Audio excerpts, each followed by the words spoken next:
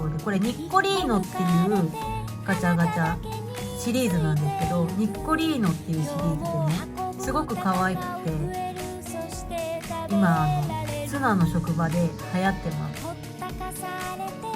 なんかね、最初おにぎりのガチャガチャをやってた子がいて、でこの存在は知ってたんですよ。このガチャガチャあること自体は知ってたんですけれど、やらなかったのね。でもそのおにぎり持ってるこの実物を見て、あ、やっぱり可愛いなって思ってやり始めたら止まらなくなっちゃって、今ちょっと和菓子シリーズはコンプリートしました。コンプリートしたけど全部持っててもしょうがないので、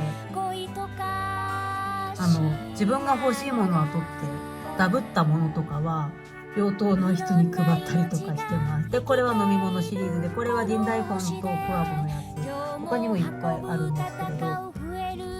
でね、